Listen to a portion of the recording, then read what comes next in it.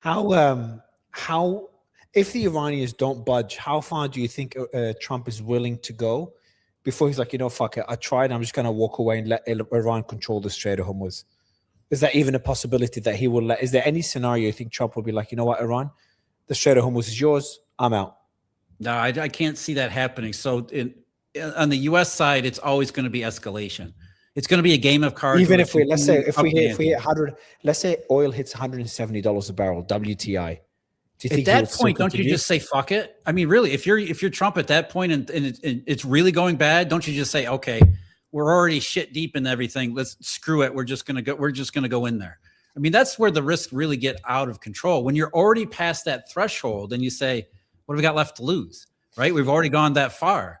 Now, hopefully, cooler heads prevail here, but I don't see the Trump administration backing down in any way, shape, or form. I think that I think they believe they have a pretty good hand to play, and they're playing it slowly over time, trying not to push too far, but still trying to obtain their objectives. And I think the current short-run objective is to break down any remaining coherence or cohesion between factions in the Iranian government, to get part of the government to break off and say, you know what, I'm with you, Donald.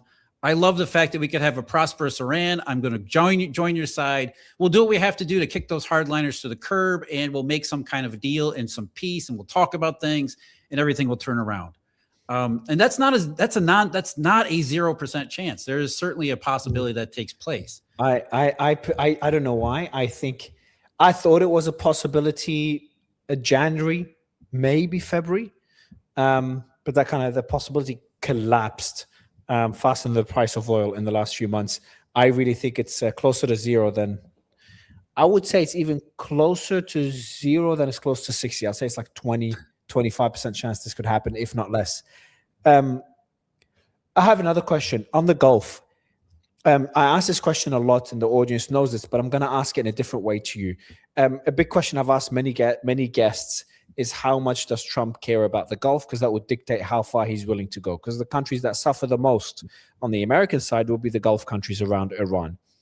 So then my question is, how much leverage, economic leverage, do these Gulf countries have over Trump?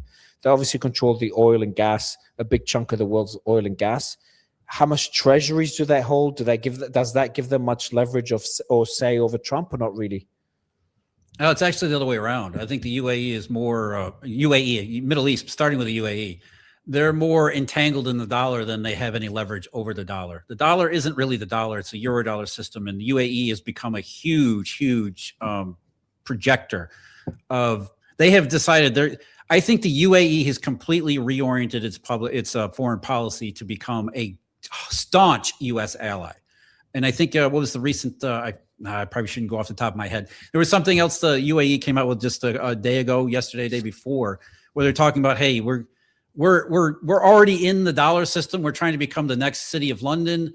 We're in it to the end here. So I think the Trump administration and the UAE are best friends now, and I don't think that's going to change. And I think that's what some of what Trump is thinking and really betting on.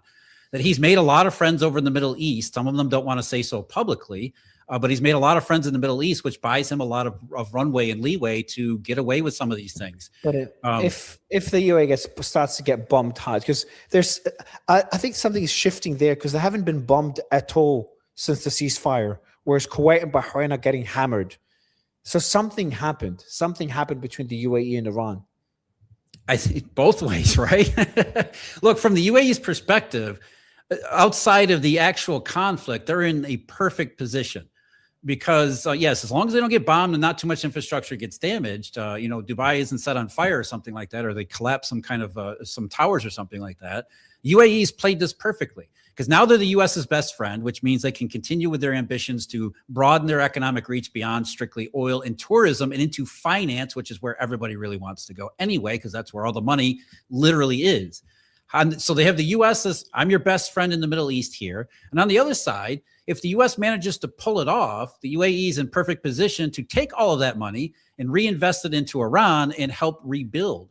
So if the UAE is say, I'm on the U.S. side, I'm here for you because when this thing ends, it's gonna pay off. Now the question is, what happens beyond the UAE? Kuwait, they don't really have a whole lot of leverage and I kind of think that's just sort of, Kuwait, I don't want to say it's collateral damage, but, let's be honest. I think that's how it's being viewed.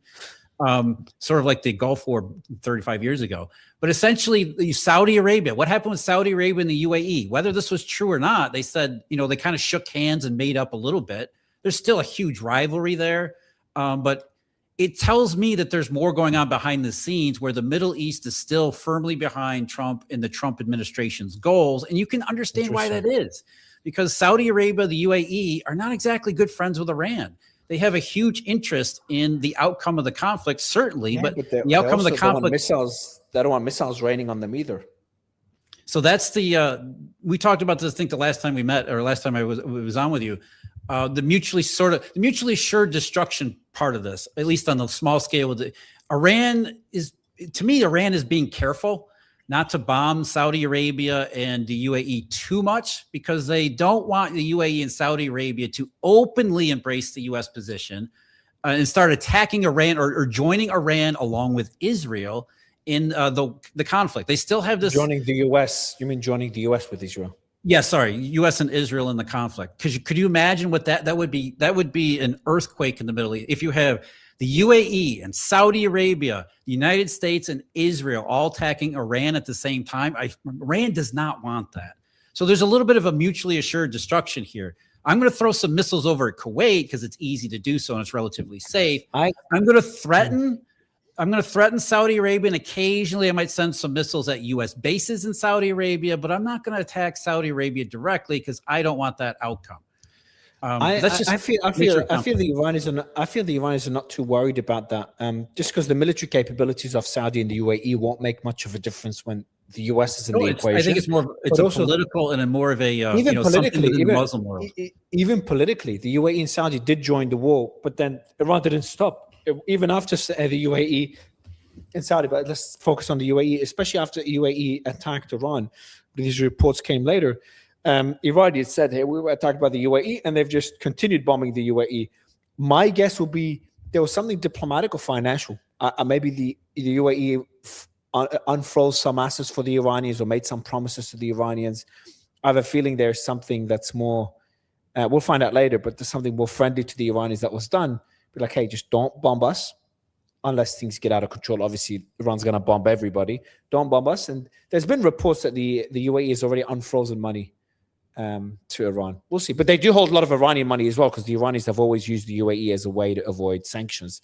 So a lot of Iranian money is already sitting in the UAE. So there's that. Yeah. Well, I mean, that's kind of why the UAE wants to do what it's. I mean, it's a banking center. They don't really care about, it's about doing the deals. So that wouldn't surprise me at all. I mean, you got to believe that there's backdoor negotiations on both sides going in every single different directions. I mean, the UAE is probably talking to China. They're talking to the Russians. They're talking to the Turks. I mean, the problem is a lot of it is just speculation because we don't really have a whole lot of information. So, it makes sense. What you're saying makes sense. And I think what I'm saying also makes sense too. And to me, it's the Iranians are in a war, at least the IRGC is in a war of survival, yet they have acted with quite a lot of restraint. Either you think the Iranians have been degraded to that extent in their military capacities, or they're just kind of holding back for. I think they're holding back, but I was not sure what before, though? That's the question. The precision.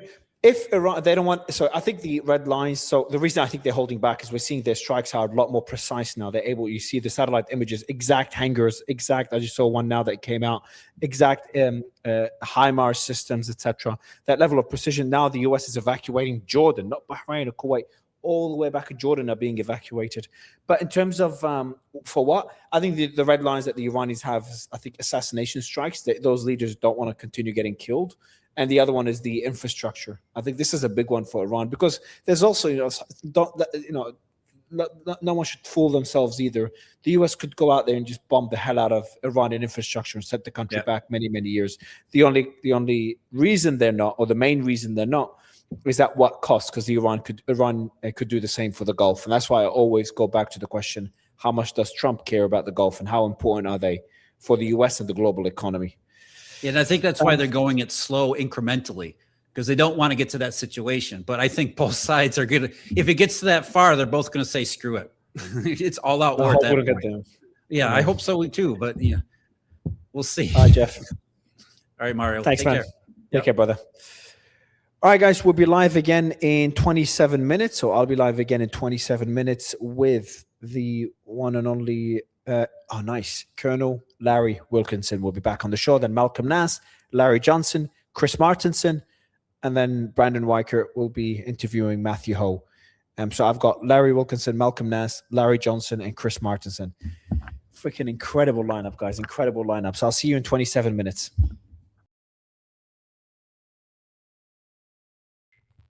The portfolio that performs in one economic regime can get crushed in the next. So in this free webinar, we're going to reveal what those 4 economic regimes are, how to identify them, as well as the assets, historically speaking, best positioned to perform in every environment. So reserve your seat now and learn how to prepare your portfolio before the economy shifts again.